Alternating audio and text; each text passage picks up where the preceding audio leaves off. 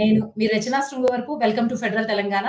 ఇప్పుడు హెచ్‌సీయూలో వాతావరణం అనేది ఆల్‌మోస్ట్ ఒక రణరంగాన్ని తలపిస్తూ ఉంది. ఓ పక్కన ఇది government versus HCU university war లాగా మారింది.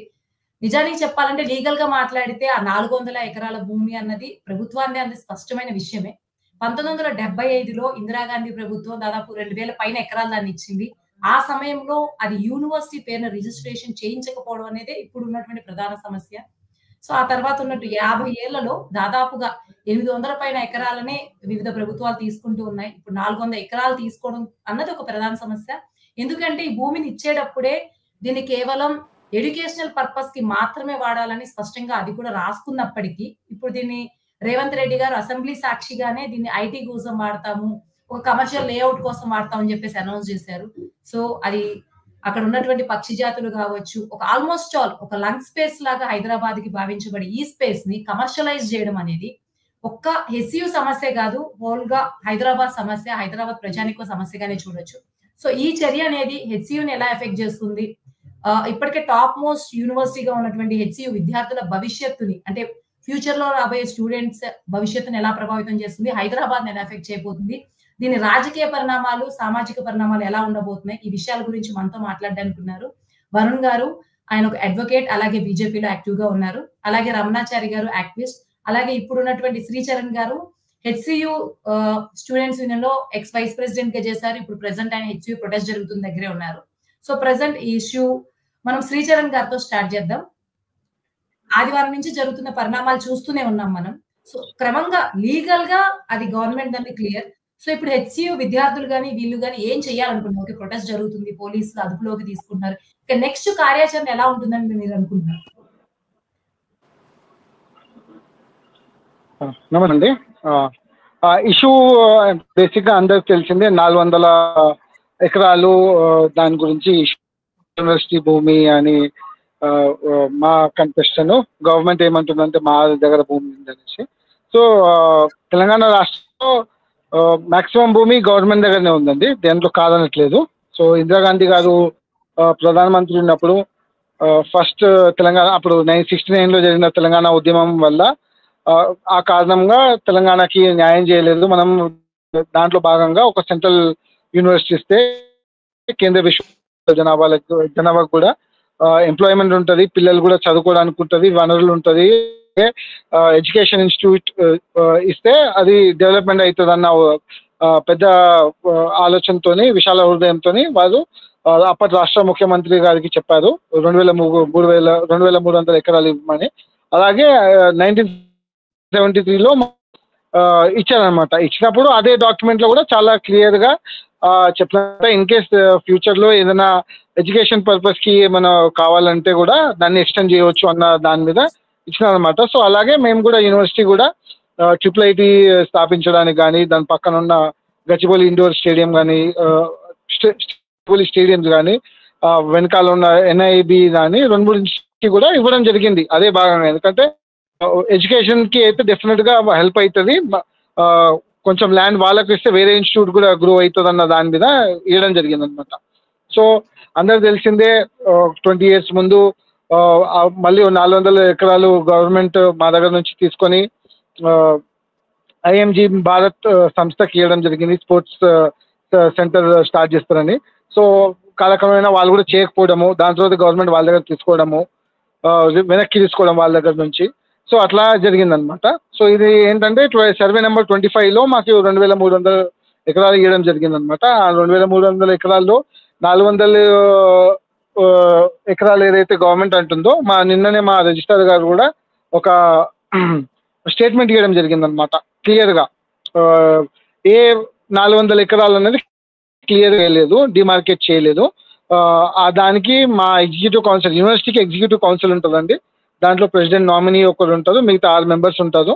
సో వాళ్ళందరూ ఏ రకంగా కూడా ఈ గోడ పక్క నుంచి తీసుకోండి, ఈ దగ్గర నుంచి తీసుకోండి, ISB దగ్గర తీసుకోండి అన్న క్లియర్ డిమార్కెట్ చేసుకోలేదు అనమాట క్లియర్గా. సో దాని మినిస్టర్ గారు ఆల్రెడీ ఒక స్టేట్మెంట్ ఇచ్చారనమాట, ఆల్రెడీ నిన్ననే ఇచ్చారు. సో గవర్నమెంట్ ఏమో ఇప్పుడు ఇది కదా అని ప్రయత్నం చేస్తుందండి. ఇప్పుడు నేను PhD చేస్తున్నాను మేనేజ్మెంట్ స్టడీస్లో. నేను చేసే డిపార్ట్మెంట్ మేనేజ్మెంట్ స్టడీస్లో మా department school of management studies కూడా ఈ 400 ఎకరాలు ఏదైతే వీళ్ళు క్లియర్ 50 బుల్డోజర్లు పెట్టి 2 రోజుల నుంచి నిరంతరాయంగా ఫారెస్ట్ ల్యాండ్ క్లియర్ చేసి దాని మధ్యలో ఉన్నదండి మా school of economics, school of management studies, school of mathematics and statistics అనమాట. సో మధ్యలో ఉన్నప్పుడు అసలు వీళ్ళు ఏడికేసి 400 ఎకరాలు ఏ రకంగా ఖాళీగా ఉంది అంటే అక్కడ ఎక్కువ డెవలప్మెంట్ లేదు కదా తీసుకుంటున్నారు. రేపు అంటే ఫర్ వాట్ ఎవర్ టేకింగ్ అంటే మనకేంటంటే మొన్న ముఖ్యమంత్రి గారు కూడా మాట్లాడుతుంటూ మనకి పెన్షనర్స్ ఉన్నారు, వాళ్ళకి డబ్బులు ఇవ్వలేని పరిస్థితులు ఉన్నది గవర్నమెంట్. అట్లా అంటే ఖాళీగా ఉంది కదా అని ఏ గవర్నమెంట్ ఏ ల్యాండ్ తీసుకున్నా అమ్మేసుకుంటుందా అండి? అది కాదు కదా పద్ధతి. యూనివర్సిటీకి ఇచ్చిన ల్యాండ్ ఎడ్యుకేషన్ పర్పస్కే యూజ్ చేయాలా. డెఫినెట్ ఇంకా 2-3 స్కూల్స్ రాబోతున్నాయండి. University of Hyderabad last 10 years నుంచి టాప్ 10లో ఉన్నదండి. ఒక్కసారి కాదు 2 సార్లు కాదండి, లాస్ట్ 10 years నుంచి టాప్ 10లో ఉన్నది. 4-5 years ముందు నేను జాయిన్ అయినప్పుడు టాప్ 4లో ఉండే, దానికన్నా ముందు టాప్ 6లో ఉండే, లాస్ట్ ఇయర్ టాప్ 10లో ఉన్నది. సో ఇట్లాంటి యూనివర్సిటీని ఎంతో మేధావంతులను ఇచ్చిందండి మా యూనివర్సిటీ. మన రేవంత్ రెడ్డి గారి క్యాబినెట్లో చూసుకుంటే దుద్దుల శ్రీధర్ బాబు గారు, భట్టి విక్రమార్క కానీ 2 క్యాబినెట్ మంత్రులను ఇచ్చిందండి మా యూనివర్సిటీ. ఇంకొక ఎమ్మెల్యే కూడా ఉన్నారు. ప్రభుత్వం వేసిన కమిటీల్లో కూడా చాలా మంది ప్రొఫెసర్స్ ఉన్నదండి, మా యూనివర్సిటీకి సంబంధించిన ప్రొఫెసర్స్ ఉన్నది. అట్లాంటి మేధో సంపత్తిని మీరు ఎదగనీయకుండా భూములు తీసుకుంటాము మేము, దీన్ని వేలానికి వేస్తాము, ఆప్షన్కి ఇస్తాము అంటే all of this is not necessary అంటారు. ప్రభుత్వం దగ్గర చాలా భూమి ఉంది, government can as well take భూమి నియర్ హోదా చుట్టుపక్కల ఎక్కడ కావాలని కూడా అక్కడ తీసుకోవచ్చు, గవర్నమెంట్ దగ్గర ఆ శక్తి ఉంది. కానీ మాకు ఈ యూనివర్సిటీ ఈ భూమి కాకపోతే ఇంకెక్కడ లేదు, యూనివర్సిటీ ఆఫ్ హైదరాబాద్ పేరు మీద ఇంకెక్కడ భూమి లేదు. సో డెఫినెట్గా ఈ ఎడ్యుకేషన్ పర్పస్కే యూజ్ చేయాలా, ఎడ్యుకేషన్ పర్పస్కే మేము చేయాలా అన్నది కాన్సెప్ట్ అండి. లాస్ట్ 10 yearsలో బాగా పర్ఫామ్ చేసినందుకు కేంద్ర ప్రభుత్వం లాస్ట్ 5 yearsలో 2019లో ఇన్స్టిట్యూట్ ఆఫ్ ఎమినెన్స్ అని ఒక హోదా ఇచ్చి 1000 కోట్లు 1000 crores నెక్స్ట్ 5 yearsలో యూనివర్సిటీకి డెవలప్మెంట్ కోసం అని ఇచ్చింది. సో దాంట్లో భాగంగా వేరే బిల్డింగ్లు అడ్మినిస్ట్రేషన్ కట్టడం కానీ, వేరే డిపార్ట్మెంట్స్కి వేరే కొత్త క్లాసెస్కి కోసం డిపార్ట్మెంట్ స్టార్ట్ చేయడం కానీ జరిగిందనమాట.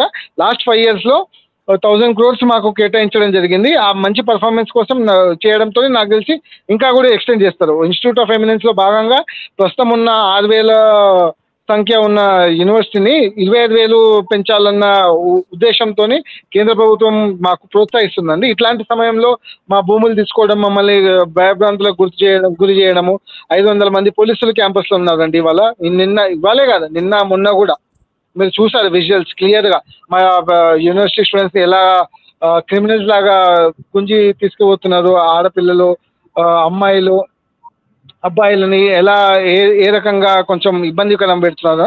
మేము ఎవరండి, మేము అందరం తెలంగాణ అంటే నేను లిటరల్గా నేను తెలంగాణ నుంచి ఉన్నాను. అది రాష్ట్రంలో దేశంలో ఉన్న అన్ని రాష్ట్రాల నుంచి ఉంటుంది కేంద్ర విశ్వవిద్యాలయం కాబట్టి. సో అట్లాంటప్పుడు మనం టాలెంట్ని గుర్తించి అంటే టాలెంట్ని ప్రోత్సహించాలి, ఎడ్యుకేషన్ని ప్రోత్సహించాలా. ఎడ్యుకేషన్తోనే కదా రాష్ట్రం ముందుకు పోయేది. అట్లాంటి వాటిని మీరు ముందుకు చేయాలి కానీ అంతేగాని ఇబ్బంది పెట్టడం కాదు, ఏమాత్రం సబబు కాదండి. సో కేసు విషయానికి వస్తే మేము డెఫినెట్గా మాకు తెలిసిన 2 లాయర్లు కూడా ఇవాళ లంచ్ మోషన్ మూవ్ చేయడానికి తెలంగాణ హైకోర్టులో చేస్తున్నారండి, పిటిషన్ వేస్తున్నారు. ఇంకోటి మద్రాస్ ఎన్జిటి ట్రిబ్యునల్ కూడా మా తెలిసిన వాళ్ళు ఒకళ్ళు కేసు వేస్తున్నారు అనమాట దీన్ని ఆపడానికి. కాకపోతే పని మాత్రం ఆగడం లేదు. 50 బుల్డోజర్లతోనే జేసీబీలతోనే మీరు చూస్తారు, విజువల్స్ చూస్తారు, లేదంటే నేను మీకు పంపిస్తాను కూడా.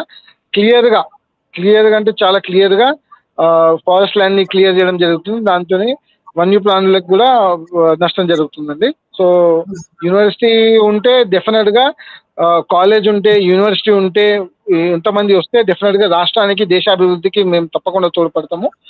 దేశంలో అన్ని స్టేట్స్లో నాకు తెలిసి మా యూనివర్సిటీ చదివిన వాళ్ళు మంచి పొజిషన్లో ఉన్నారు, ప్రొఫెసర్లు ఉన్నారు, కొంతమంది వీసీలుగా ఉన్నారు. పాండిచేరి యూనివర్సిటీ వాళ్ళు మా వీసీ ఇప్పుడు. సో అట్లా చాలా మంది ఉన్నారండి. మళ్ళీ వద్దాము.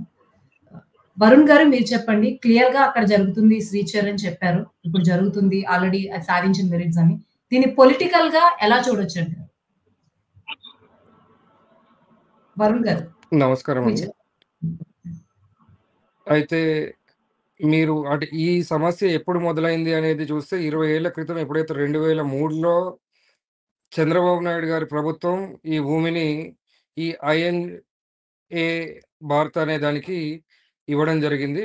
వాళ్ళు ఒక స్పోర్ట్స్ అకాడమీ బిల్డ్ చేస్తామని చెప్పి అక్కడ వాళ్ళకు స్పోర్ట్స్‌కి సంబంధించి ఎటువంటి బ్యాక్‌గ్రౌండ్ లేకుండా వాళ్ళ అసలు మెయిన్ సంస్థ ఏదైతే ఉందో దానికి ఏ విధంగా కూడా లింక్ లేకపోవడంతోని దాని తర్వాత వచ్చిన కాంగ్రెస్ గవర్నమెంట్ రాజశేఖర్ రెడ్డి గారు దాన్ని సీబీఐ దృష్టికి గాని లేకపోతే హైకోర్ట్ దృష్టికి తీసుకెళ్ళి ఈ ల్యాండ్ ఏదైతే అలొకేట్ చేశారో ఈ సేల్ డీడ్ ఏదైతే జరిగిందో దాన్ని క్యాన్సిల్ చేయాలి అనే దాంతోని అప్పుడు జరిగింది. దాని తర్వాత ఇప్పుడు ఏదైతే రేవంత్ రెడ్డి గారు మొన్న దీన్ని నేను కోర్ట్‌లో గెలిచాను కాబట్టి నేను ఏదైనా చేస్తాను లేకపోతే ఇంకేదైనా ఇక్కడ కడతాను అని వారి ఉద్దేశ్యం ఏదైతే ఉందో అది చాలా తప్పు. ఎందుకంటే ఈ భూమిని యూనివర్సిటీకి గాని లేకపోతే ఎడ్యుకేషన్‌కి సంబంధించి ఎలా వాడాలి అనేది ఇక్కడ ముందే ఆహ్, గత ప్రభుత్వం ఇచ్చినప్పుడు దీన్ని క్లియర్‌గా చెప్పినారు. అంటే చంద్రబాబు నాయుడు కూడా గారు కూడా అదే విధంగా దీన్ని ఇలాంటి ఒక స్పోర్ట్స్ అకాడమీ అంటే అప్పట్లో ఆఫ్రో ఏషియన్ గేమ్స్ జరిగినప్పుడు ఇక్కడ గచ్చిబౌలిలో ఒక స్టేడియం కట్టి, ఆ స్టేడియం తర్వాత స్పోర్ట్స్‌ని ఎంకరేజ్ చేయడం కోసమని దీన్ని డెవలప్ చేస్తామని చెప్పడం జరిగింది. అయితే ఇక్కడ రేవంత్ రెడ్డి గారు అప్పట్లో మేమిచ్చింది కాంగ్రెస్ పార్టీయే కాబట్టి, అంటే మళ్ళీ నేను గెలిస్తే ఇది కూడా కాంగ్రెస్ పార్టీ గెలిపే లేకపోతే నా గెలుపు అంటే మేమిచ్చిందే కాబట్టి మేము దీన్ని దారాదత్తం చేయొచ్చు ఎవరికన్నా లేకపోతే దీన్ని ఆహ్, టీఐ టీఎస్ఐఐసీ అంటే తెలంగాణ టీజీఐఐసీ ఇలాగా దీన్ని డెవలప్ చేసి దీన్నిక్కడ ఏదన్నా సాఫ్ట్‌వేర్ కంపెనీస్ గాని, లేకపోతే వేరే వాటి గురించి ఇన్‌ఫ్రాస్ట్రక్చర్ కన్‌స్ట్రక్షన్ కోసం ఇలాంటివి తెలంగాణలో కావాలంటే ఎక్కడంటే అక్కడ కట్టొచ్చు. కానీ ఎక్కడైతే ఒక చెట్టుని నరికితే దాన్ని మళ్ళీ రీగ్రో చేయడానికి గాని, దాని రీలొకేషన్ కానీ, ఇంకేదన్నా ప్లాన్ చేసిన తర్వాత దీన్ని ఏదైనా చేయొచ్చు. కానీ వీరేంది అంటే ప్రతిపక్షాలు ఏం చెప్పినా గాని కోర్ట్‌లో నేను గెలిచిన అనేది ఆయన చెప్పుకుంటారు. ఆయన ఎక్కడ కూడా రేవంత్ రెడ్డి గారికి కాదు ఇక్కడ గెలిచింది. గత ప్రభుత్వం గూడా చాలావి ఇలాంటివి ఐటీ పార్కులు గాని, వేరే వాటి కోసం చాలా చెట్లు తీసివేయడం జరిగింది. వీళ్ళు పెట్టిన చెట్ల కంటే, నాటిన మొక్కల కంటే నరికిన చెట్లే ఎక్కువున్నాయి.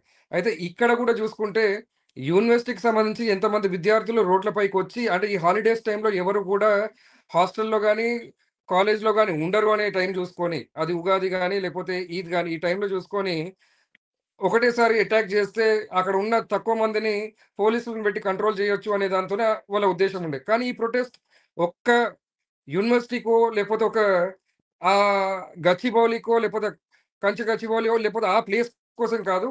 యావత్ తెలంగాణ, యావత్ దేశం మొత్తం గూడా ఇక్కడ ఏదైతే జరుగుతుందో దాన్ని చూస్తూ ఎవరు కూడా అంటే ఒకవేళ ఏదన్నా చెట్టుని నరికితేనే దానికి ఇంత ఫైన్ అంటే అనేది ఉంటదని. అయితే ఇక్కడ ఏదైతే చేస్తున్నారో డిఫారెస్ట్రేషన్ మొత్తం ఫారెస్ట్ లాగా గ్రో అయిన ప్లేస్‌ని అక్కడ ఎన్ని యానిమల్స్ ఉన్నాయి, లేకపోతే ఎన్ని బర్డ్స్ ఉన్నాయి అనేది కూడా క్లియర్‌గా billions of years old rocks గాని అవన్నీ ఉన్నాయండి. ఎక్కడైనా ప్రపంచ దేశాల్లో ఎక్కడైనా గాని అలాంటి హెరిటేజ్ ఉంటే వాటిని ప్రిజర్వ్ చేస్తారు. కానీ ఇక్కడ చూస్తే ప్రిజర్వ్ గాదు. నా పేరు కావాలి. కేసీఆర్ 1,00,000 చెట్లు నరికితే నేను 10,00,000 చెట్లు నరికి అందులో రికార్డ్ రావాలి అనేది రేవంత్ రెడ్డి గారు భావిస్తున్నట్టుంది గానీ, దీన్ని కాంగ్రెస్ ప్రభుత్వంగా గాని, రేవంత్ రెడ్డి గారు గాని, లేపోతే మళ్ళీ ఇలాంటి ఏదైనా ఐటీ పార్కో ఏదో కట్టి మళ్ళీ లేపోతే సోనియా గాంధీ గారికి గిఫ్ట్ ఇయ్యడానికో దేనికోసం ప్రయత్నిస్తున్నారో గానీ, వారి మెప్పు పొందడం కోసం ఇది చాలా తప్పు. చాలా దారుణం ఇది. అంటే భారతీయ జనతా పార్టీగా అనేది గాకుండా ఒక హ్యూమన్‌గా ఆలోచిస్తే అక్కడ జరుగుతున్న వన్యప్రాణులు వాటి ఇల్లుల్లాగా ఎప్పటినుంచో గూడా ఇవంతా గూడా ఏళ్ల తరబడి వందల ఏళ్ల నుంచి గూడా వాటి ఇల్లుల్లాగా ఏర్పాటు చేసుకున్న తర్వాత ఇప్పుడు మనం కట్టుకున్న కాంక్రీట్ జంగిల్‌ని చూసి అవి భయపడుతూ అందులోంచి బయటికి రాకుండా ఇప్పుడు డిఫారెస్టేషన్ ఇంత పెద్ద ఎత్తున ఒకటే రోజులో మొత్తం 400 ఎకరాల్ని క్లియర్ చేయాలి అన్న ఉద్దేశంతోనే రేవంత్ రెడ్డి గారు పోతున్నారు గానీ, ఇది చాలా తప్పు. హెచ్‌సీయూ నుంచి ఎవరు పోరాడుతున్నా గానీ ఇది పార్టీ తరపున గాకుండా ప్రతి స్టూడెంట్ తరపున, ప్రతి ఒక్కరి తరపున భారతీయ జనతా పార్టీ తరపున గాని మేము తప్పకుండా దీనికి సపోర్ట్ చేస్తాము. ఈ ప్రొటెస్ట్ ఏదైతే ఉందో దానికి సపోర్ట్ చేస్తాము. ఈ రేవంత్ రెడ్డి గారు ఎన్‌జీటీకి తప్పకుండా పోవాల్సింది. ఎందుకంటే ఒక చిన్న ఎకరం ఒక హెక్టార్‌లో 2 హెక్టార్‌లలో ఏదన్నా ఫ్యాక్టరీ పెట్టాలంటేనే ఎన్‌జీటీ క్లియరెన్స్ లేకపోతే ఎన్వైర్న్‌మెంట్ క్లియరెన్స్ తీసుకోవాల్సిన అవసరం ఉంటది. 400 ఎకరాల్ని క్లియర్ చేస్తున్నప్పుడు ఎన్వైర్న్‌మెంటల్ క్లియరెన్స్ గురించి గాని, దేని గురించి గాని ఆలోచించకపోతే ఇది చాలా అంటే మూర్ఖపు ఆలోచన అని నేను అనుకుంటున్నాను. రేవంత్ రెడ్డి గారు దీని నుంచి బ్యాక్ అవ్వాలి. తప్పకుండా ఫారెస్ట్‌ని ఎలా అయితే ఉందో అలానే రిస్టోర్ చేయాలి. హెచ్‌సీయూకి సంబంధించిన భూములు కాదు అని అనడం కాదు. అప్పుడు దాన్ని రిజిస్ట్రేషన్ చేసుకోలేదు కాబట్టి ప్రభుత్వం దాన్ని ఏ విధంగా అంటే ఆ విధంగా వాడతామంటే కూడా కరెక్ట్ కాదు. అక్కడ ఎడ్యుకేషన్‌కి సంబంధించి ఏదైనా కొత్త ఇన్‌స్టిట్యూట్ తీసుకురావడమా, లేకపోతే హెచ్‌యుని ఎలాబరేట్ చేయడమా, లేకపోతే హెచ్‌యుకి సంబంధించి ఇంకా కొన్ని ఇన్‌ఫ్రాస్ట్రక్చర్ బిల్డ్ చేయడం అనేది చేయాలి తప్ప, దాన్ని ఏ విధంగా కూడా మేము సపోర్ట్ చేయట్లేదు. థ్యాంక్ యూ వరుణ్ గారు. రమణాచారి గారు, ఈ ఓవరాల్ ఇష్యూ మీద మీరు హరగోపాల్ గారిని వీళ్ళని కూడా కలిసారు. కొంత చర్చ జరిగింది కాబట్టి మీరేమనుకుంటున్నారో చెప్పండి.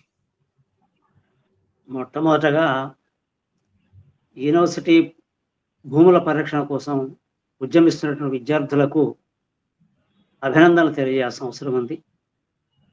వాళ్ళ ఎండలో బుల్డోజర్లకు అడ్డం నిలబడి అమ్మాయిలు అబ్బాయిలు విద్యార్థులను తేడా లేకుండా నిర్బంధానికి వెరవకుండా తెలంగాణ ఉద్యమ స్ఫూర్తిని చాటినందుకే వాళ్ళకు ప్రత్యేక అభినందనలు. వారికి మనందరం అండగా నిలబడాల్సినటువంటి సందర్భం ఇది.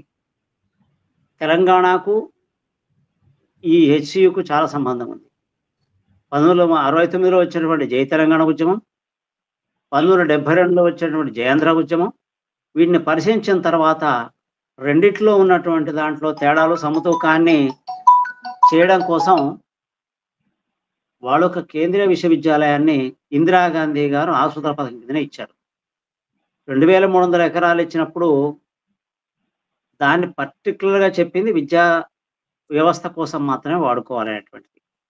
దీన్ని అన్యాక్రాంతం చేయకూడదు అనేటువంటి విషయాన్ని కూడా చాలా స్పష్టంగా చేశారు. ఆ సమయంలో దానికి విశ్వవిద్యాలయాలను ఇట్లా భూములను గవర్నమెంట్ ఆక్రమిస్తుందని, ఇట్లా అన్యాక్రాంతం చేస్తున్నటువంటి ఆలోచన ఆ రోజు ప్రభుత్వాలకు లేదు.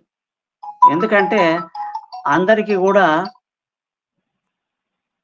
ఈ విద్యారంగ అభివృద్ధి జరిగేటువంటి విషయాల మీద ఇంట్రెస్ట్ ఉంటుంది.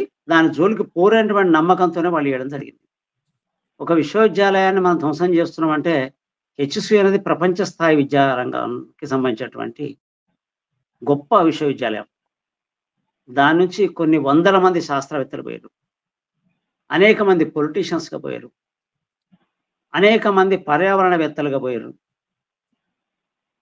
విద్యారంగ నైపుణ్యం కోసం దేశ అభివృద్ధి భాగస్వామి అయినటువంటి విశ్వవిద్యాలయాలలో మంచి విద్య అందించాలి అంటే దాని యొక్క స్థాయిని పెంచాలి. దాంట్లో ఉండాల్సిన ప్రొఫెసర్ల సంఖ్య లేదా ఖాళీగా ఉన్నటువంటి వాటి సంఖ్య అవన్నీ పెంచాలి. మరిన్ని కోర్సులు పెంచాలి, వాటిని చేయాలి. వివిధ దేశాల్లో లెక్కేసుకొస్తే 200 ఎకరాలు 300 ఎకరాలు కేటాయించి 200-300 సంవత్సరాల అంచనాలతోనే వాటిని నిర్మించడం జరుగుతుంది.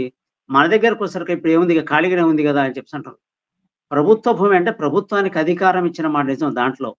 కానీ ప్రభుత్వానికి అధికారం ఇచ్చింది దేనికి అంటే దీని అభివృద్ధి కోసం జాగ్రత్తగా చేయండి అని చెప్పేసని.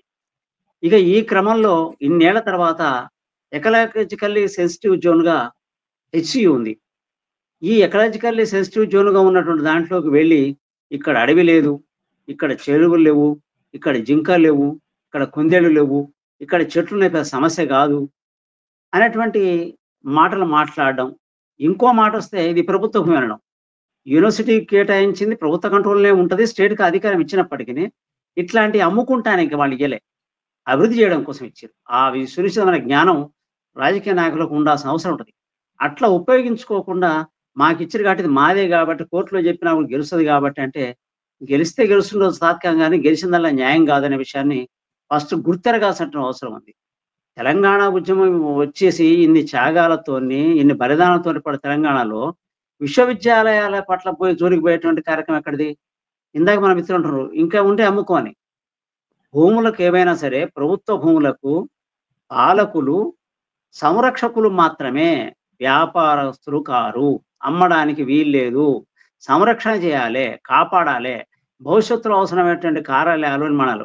హైదరాబాద్ నగరం ఇంత ఉంది అంటే దాంట్లో ఇన్ని కన్స్ట్రక్షన్స్ బిల్డింగ్ చేయగలుగుతున్నాం అంటే నిజాం ఖాన్లో ఉంచడం వల్లే. అట్లా కాకుండా వేరే ఉన్నట్టయితే పోయేదే. కానీ ఇంత చారిత్రాత్మకమైనటువంటి దాన్ని నిలబెట్టుకోవాలి. ఇది ఇవాళ జరుగుతుంది కాదు. ఉస్మానియాలో చేసేశారు, దాని చుట్టూ రైల్వే స్టేషన్లు కేటాయించారు. Vidyanagar railway station, Seethaphalam railway station, Jama Osmania railway station, Osmania railway station. అట్లా లెక్కేసుకొచ్చేసి సీతాఫలం అంటే మొత్తం ఆరాధన థియేటర్ ఉన్న ప్రాంతం నుంచి తార్నాక, మాణికేశ్వర బస్తీ ఇట్లా కాక కూడా ఇటీవల కూడా దాంట్లో ఉద్యోగులు అంటే వీసీ లేదా రిజిస్ట్రార్ స్థాయి అటువంటి 1000 గజాల జాగాలో ఒక బిల్డింగ్ కన్స్ట్రక్ట్ చేసినట్టు కూడా వచ్చింది. వాళ్ళు పాపం కొట్లాడుతున్నారు. కొట్లాడేటువంటి వాళ్ళు ఎక్కడుతుండ్రో, ప్రశ్నించే వాళ్ళు ఎక్కడుతుండ్రో వాళ్ళను చిన్న వాళ్ళుగా చేసి తక్కువ సంఖ్య చేయడం కోసం ప్రభుత్వ విశ్వవిద్యాలయాలను మూయించే ప్రయత్నం లేదా కంట్రోల్ చేసే ప్రయత్నంలో భాగమే ఈ భూముల అమ్మకం. అంటే రేపు కాంక్రీట్ జంగల్ వాళ్ళు నుంచేసి వాళ్ళు ఎటు పోకుండా చేసేసి పరిశోధనలు, శాస్త్ర పరిశోధనలు, పరిజ్ఞానం పెంచుకోకుండా చేసేటువంటి ఒక దుర్మార్గమైనటువంటి చర్య చేస్తున్నారు. ఇది సరైనది కాదు. ఉస్మానియా పోయింది. కాకతీయలో పోలీస్ క్యాంపులు పెట్టేసిర్రు. మొన్నటికి మొన్న అగ్రికల్చర్ యూనివర్సిటీలో 100 ఎకరాల భూమిని కేటాయించేసి హైకోర్టులోకి ఇచ్చారు. హైకోర్టు కట్టుకోవడానికి అగ్రికల్చర్ యూనివర్సిటీకి సంబంధం అండి. వ్యవసాయక దేశంలో ఎన్నో పరిశోధన జరగాల్సి ఉంటుంది. పరిశోధన చేయడం కోసం వాళ్ళకి స్థలం లేదంటే ఏంది? ప్రభుత్వం ఇప్పటిదాకా అమ్ముకుంటూ వచ్చారు కాబట్టి అవి లేకుండా పోయినాయి.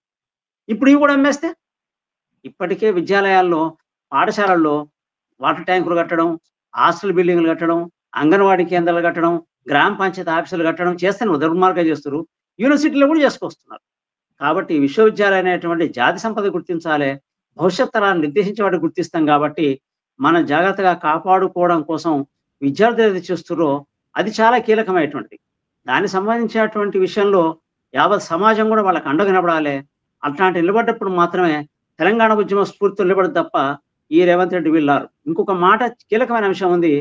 రేవంత్ రెడ్డి గారు తెలంగాణ ఉద్యమం నుంచి వచ్చిన ఆయన కాదు. ఆయన అప్పుడు చంద్రబాబు నాయుడు వెంటున్నాయి. కాబట్టి తెలంగాణ ఆత్మ ఆయనకు అంటట్లే, ఆ విషయం తెలవట్లే, ఆత్మస్వర రావట్లే అతనికి. అందువల్ల ఏంటంటే చేసేస్తాం, చూసేస్తాం. శ్రీధర్ బాబు కూడా ఏమంటున్నాడు? ఇది కానే కాదు అంటాడు. ఇంకో పెద్ద మాట సీఎంగా ఉన్నట్టు రేవంత్ రెడ్డి అంటే దాంట్లో ఉంటే 4-5 గుంట లెక్కలు మొత్తుకుంటున్నా అంటున్నాడు. అంటే ఎవరిని అంటుండ ఆయన? విద్యార్థులను అంటుండా, సపోర్ట్ చేసిన ప్రతిపక్షాలను అంటుండా, లేదా బుద్ధిజీవులను అంటుండా? ఇది అసెంబ్లీ సాక్షిగా మాట్లాడడం అనేది అనైతికమైనటువంటిది, అప్రజాస్వామికమైనది. వీళ్ళు రాజకీయ విలువలు తగ్గించేటువంటి విషయాన్ని కూడా మనం గుర్తుపెట్టుకోవాలి. థ్యాంక్ యూ రమణాచారి గారు. ఓవరాల్ గా చాలా ఇన్ఫర్మేటివ్ గా చెప్పారు. ఇక లాస్ట్ క్వశ్చన్ దీంతో ఎండ్ చేద్దాము. మీ ముగ్గురు దీని గురించి ఏమనుకుంటున్నారో చెప్పి కన్క్లూడ్ చేద్దాం. సో రమణాచారి గారు చెప్పినట్లు రేవంత్ రెడ్డి తెలంగాణ ఉద్యమ స్ఫూర్తి నుంచి వచ్చిన వ్యక్తి కాదు. తెలంగాణ ఎన్వైరన్మెంట్, తెలంగాణ ఆత్మ అనేది వేరు. ఎందుకంటే ఆంధ్ర అట్మాస్ఫియర్ వేరు, తెలంగాణ అట్మాస్ఫియర్ వేరు. తెలంగాణ ఎక్కువ ఉద్యమ స్ఫూర్తి, అందులో విద్యార్థులు లేని తెలంగాణని మనం ఊహించలేము. మిగిలిన ఏ అంశాలను స్పృశించినా అది వేరు.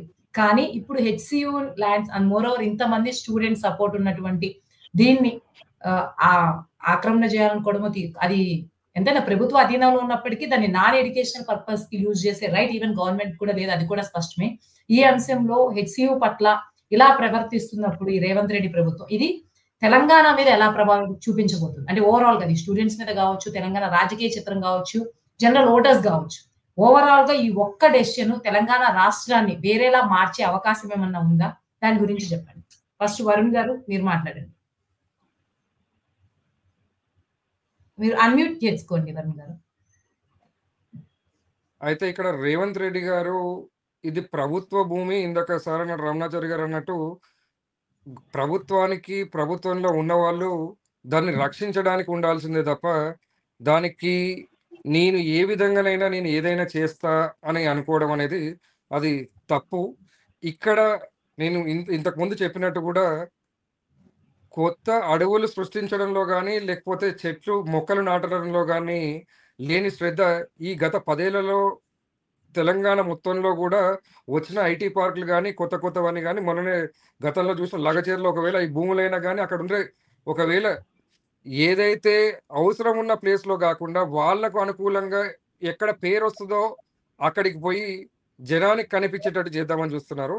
ఇది కాంగ్రెస్ ప్రభుత్వం కానీ ఇంకా ఏ ప్రభుత్వం చేసినా ఇది తప్పకుండా ఇది చేసేది చాలా పెద్ద తప్పు. హెచ్సియు తరఫున ప్రతి ఒక్క విద్యార్థి తరఫున ఇప్పుడు ఏదైతే చేస్తున్న పోరాటానికి ప్రతి పార్టీ ప్రతిపక్షంలో ఉన్న వాళ్ళు కానీ, అంటే నిన్న మొన్న చాలా మంది మాట్లాడారు. బట్టి విక్రమార్క గారు కానీ, లేకపోతే శ్రీధర్ బాబు గారు కానీ ఆ కాలేజ్ నుంచి వచ్చినారనేది, అక్కడ ఏం జరిగింది, ఎలా ఉంది ఆ అట్మాస్ఫియర్ అని చూసిన వాళ్ళు.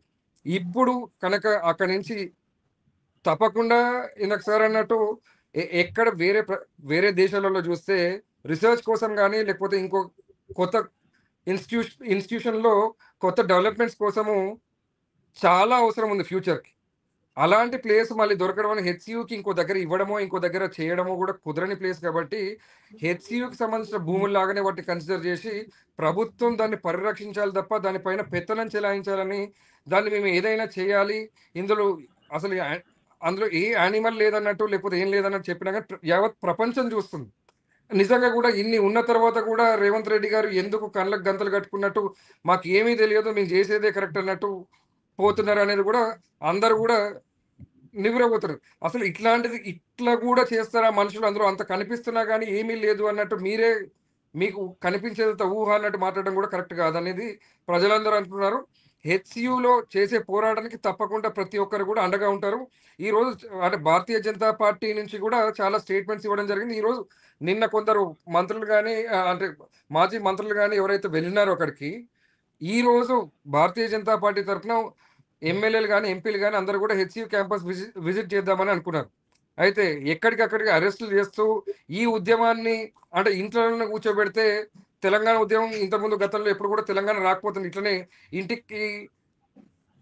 ఇంట్లోనే ఉంచేస్తే ఇంటికి పరిమితం చేసేస్తే అయిపోతుంది అనుకుంటారు. గత ప్రభుత్వం 10 ఏళ్లలో చేసింది పనే మేము కూడా అదే పని చేస్తాం అనుకుంటున్నారు. కానీ ఇక్కడ జరిగేదానికి తప్పకుండా మళ్ళీ ఒక ఉద్యమం హెచ్సియు నుంచి ఒక ఉద్యమం ఇలాంటివి ఎక్కడా కూడా జరగకుండా వీటి కోసం ఉద్యమం తప్పకుండా జరుగుతుంది. దానికి ప్రతి ఒక్క పౌరుడు కూడా భారతదేశంలో ఉన్న వాళ్ళు కూడా చాలా మంది అంటే మొత్తం వైపు నుంచి కూడా అంతా చాలా మంది వేరే రాష్ట్రాల వాళ్ళు కూడా సపోర్ట్ చేస్తున్నారు.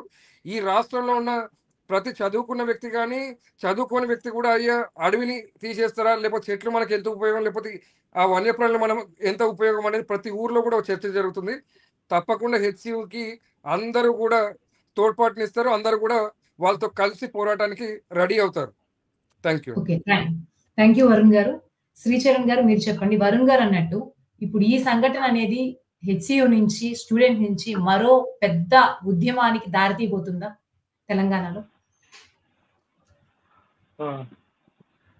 అంటే నేను అవన్నీ గురించి చెప్పలేను madam, but one thing is for sure, నేను ఒకటి ఖచ్చితంగా చెప్పగలను ఏంటంటే తెలంగాణ హిస్టరీ మీరు చెప్పినట్టు, రమణాచారి గారు చెప్పినట్టు, వరుణ్ గారు చెప్పినట్టు ఏంటంటే తెలంగాణ హిస్టరీ ఎప్పుడు కూడా ఫ్రెండ్స్ మూవ్మెంట్ ని బట్టే ఉండింది అనమాట. 69లో మొదలైన ఉద్యమము మనకి తెలంగాణ రావడము 14లో, మళ్ళీ దాని తర్వాత మొన్న బీఆర్ఎస్ ప్రభుత్వాన్ని ఓడించి కాంగ్రెస్ ప్రభుత్వం అధికారంలో రావడానికి కారణం కూడా కేవలం విద్యార్థులేమాట. సో దాన్ని ఎవరు అవునన్నాక దాన్ని విస్మరించే ఛాన్స్ లేదు, ఎవరు కూడా అనడానికి లేదనమాట. క్లియర్ గా డెఫినెట్ గా విద్యార్థుల కాంట్రిబ్యూషన్ ఎంత చాలా ఉన్నది, సిగ్నిఫికెంట్ పార్ట్ ఆఫ్ ఇట్ ఉంది. సో అందులో భాగంగానే చాలా మంది విద్యార్థి నేతలు రాజకీయాల్లోకి వచ్చి మంత్రులు కూడా అవ్వడం జరిగింది అనమాట. సో అట్లాంటప్పుడు ఈ 400 ఎకరాల గురించి అయితే మేడం డెఫినెట్ గా మేము పోరాడతాము. ఇవాళ లంచ్ మోషన్ మూవ్ చేయడానికి కూడా మా ఇద్దరు లాయర్లు ట్రై చేస్తున్నారు హైకోర్టులో, తెలంగాణ హైకోర్టులో, ఎన్జిటి ట్రిబ్యునల్ లో కూడా మూవ్ చేస్తున్నారు. సో డెఫినెట్ గా దీన్ని ఆపాల్సిందిగా మా డిమాండ్. ఆల్సో దానికి కావాల్సిన లీగల్ స్టెప్స్ కూడా మేము చేస్తున్నాము. సో డెఫినెట్ గా దీన్ని మా యూనివర్సిటీకి రిజిస్ట్రేషన్ చేసి మ్యూటేషన్ చేసుకోవాలా అన్నది డెఫినెట్ గా రాష్ట్ర ప్రభుత్వాన్ని మేము కోరుతున్నాము. ఎందుకంటే లాస్ట్ ఇన్ని రోజులు మేము నమ్మి ఏమనుకున్నాం, ఇందిరాగాంధీ గారు ఇచ్చారు, కాంగ్రెస్ నాయకులు వాళ్ళు అట్లా చేయరు, అట్లా వారి విజన్ కి అగేన్స్ట్ చేయరు అనేసి మేము అనుకున్నాము. బట్ మనం చూస్తే డెఫినెట్ గా రేవంత్ రెడ్డి గారు, సీఎం గారు అసెంబ్లీ సాక్షిగా మీరు చెప్పినట్టు మేము ఎడ్యుకేషన్ పర్పస్ కాకుండా దీన్ని వేరే ఐటీ కారిడోర్ కానీ దీనికోసం మేము ఆప్షన్ చేస్తామనడం చాలా బాధాకరం. సో దానికి డెఫినెట్ గా మేము అగేన్స్ట్ అండి.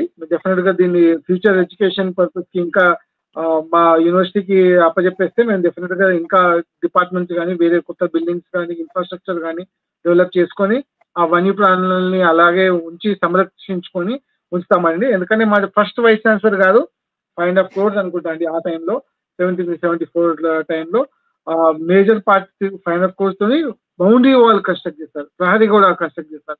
ఎందుకంటే ఏ ల్యాండ్ అయితే ఇచ్చినదో 2003 acres 300 acres అనేది మాకు చేసినాం అనమాట. దాని తర్వాత కాలక్రమేణా వేరే చంద్రబాబు నాయుడు గారు కానీ సీఎంలు వేరే వాళ్ళకి కేటాయించిన వాళ్ళకి అది ఇల్లీగల్ అని రాజశేఖర రెడ్డి గారు పోరాడినా డెఫినెట్ గా మళ్ళీ యూనివర్సిటీ కోసం ఇవ్వాల్సింది కదా, డెఫినెట్ గా ఎడ్యుకేషన్ పర్పస్ కే ఇవ్వాల్సింది. సో దాంట్లో క్లియర్ గా ఇచ్చేటప్పుడు కూడా చెప్పినామన్నమాట, ఎడ్యుకేషన్ పర్పస్ కోసం యూజ్ చేయాలని. సో ఇప్పుడు ఆ సోల్ పర్పస్ ఆఫ్ ఇందిరాగాంధీ గారు, ఆ విజన్ సోల్ పర్పస్ మీట్ అవ్వట్లేదు కదా. మనం ఏదో ప్రైవేట్ వ్యక్తులకు ఇవ్వడం కానీ లేదా IT కార్డర్, that is not the purpose of what that was not the vision of Indira Gandhi గారు. కాబట్టి మేము డెఫినెట్ గా రాహుల్ గాంధీ గారికి కూడా అప్పీల్ చేస్తాము, కాంగ్రెస్ నాయకులు కూడా అప్పీల్ చేస్తాము, దీన్ని ఎడ్యుకేషన్ ఇన్స్టిట్యూట్స్ కి ఉండని ఇవ్వాలి, యూనివర్సిటీ ఆఫ్ హైదరాబాద్ దగ్గరనే ఉంచాలన్నది మా డిమాండ్. థ్యాంక్ యూ శరణ్ గారు. ఫైనల్ గా చెప్పండి. ఫైనల్ ఇంకోటి, ఇన్ కేస్ ఇది మా ఫోర్స్ఫుల్ గా ఇలాగే 500 మంది పోలీసులను పెట్టి మమ్మల్ని భయభ్రాంతులకు గురి చేసి చేయాలనుకుంటే మేము దీన్ని కోర్టు నుంచి ఆశిస్తున్నాము. డెమోక్రసీలో ఉన్నామని భావిస్తున్నాం. ఇంకా మనం definitely we are in democracy, Telangana democracy, రాష్ట్ర సెంట్రల్ గవర్నమెంట్ కూడా ఉంది, డెమోక్రసీలో మేము బిలీవ్ చేస్తాం. కాబట్టి మేము ఎడ్యుకేషనిస్ట్ కాబట్టి, స్టూడెంట్స్ కాబట్టి డెఫినెట్ గా we believe in education institute and the judicial institutions which are there safeguarding our democracy. Definite గా కోర్ట్స్ ఉన్నాయి, కోర్ట్స్ మాకు న్యాయం చేస్తాయి అనేసి ఆశిస్తున్నాము. ఇన్కేస్ మాకు వీళ్ళు చేయకపోతే డెఫినెట్ గా ఉద్యమం అయితే అవుతుందండి. ఎందుకంటే డెఫినెట్ గా ఎడ్యుకేషన్ ఇన్స్టిట్యూట్స్ కి కాపాడుకోలేకపోతే మేము చాలా బాధాకరం అండి. సో ఇవాళ హైదరాబాద్ సెంట్రల్ యూనివర్సిటీ, మొన్న రాజేంద్ర యూనివర్సిటీ, రేపటి దినం తెలంగాణలో 10 యూనివర్సిటీలు, స్టేట్ యూనివర్సిటీల భూములు కూడా తీసుకుంటారు, ఏదైనా చేస్తారు. So that is not the purpose of land given to education institutes. Definite గా ఎడ్యుకేషన్ ఇన్స్టిట్యూట్స్ కి ఇచ్చిన ల్యాండ్ దానికోసం యూజ్ చేయాలన్నది మా demand. Thank you. Thank you Sricharan గారు. రమణాచారి గారు, ఫైనల్ గా మీరేమనుకుంటున్నారో చెప్పండి. ఈ తెలంగాణ ఉద్యమం మొత్తము లేదా దేశంలో జరిగిన ప్రజాస్వామిక ఉద్యమాలన్నిటికీ కూడా కీలక భూమిక పోషిస్తుంది విద్యాలయాలు. దాంట్లో ఉస్మానియా, హెచ్సియు చాలా కీలకమైనటువంటి ఘర్షణలు పడ్డాయి. ఇవాళ హెచ్సియు చేస్తున్నటువంటి విద్యార్థులు చేస్తున్న దానికి ఉస్మానియా సపోర్టుకు దొరికింది. కాకతీయలో కూడా దానికి అనుకూలమైనటువంటి వాతావరణం, ధర్నాలు మొదలైనవి. అంటే ఒక యూనివర్సిటీకి అనుకూలంగా ఇంకో యూనివర్సిటీ, ఇంకో యూనివర్సిటీకి అనుకూలంగా ఇంకో యూనివర్సిటీ కొట్లాడి తెచ్చుకున్నటువంటి తెలంగాణలో మళ్ళీ కొట్లాట్లు పెట్టేటువంటి పరిస్థితి వస్తుందనేటువంటి విషయాన్ని ప్రధానంగా పౌర సమాజం ఊహించలేదు. కానీ అది అనివార్యమైనటువంటి పరిస్థితికి వచ్చింది. ఇవాళ దాంట్లో అడవులు లేవు, ఇవి లేవు, అవి లేవు అని చెప్తున్నారు. అడవులు ఉన్నాయా లేవా అని చెప్పి తెలుసుకోవాలంటే పర్యావరణవేత్తలు పంపించాలి అక్కడికి.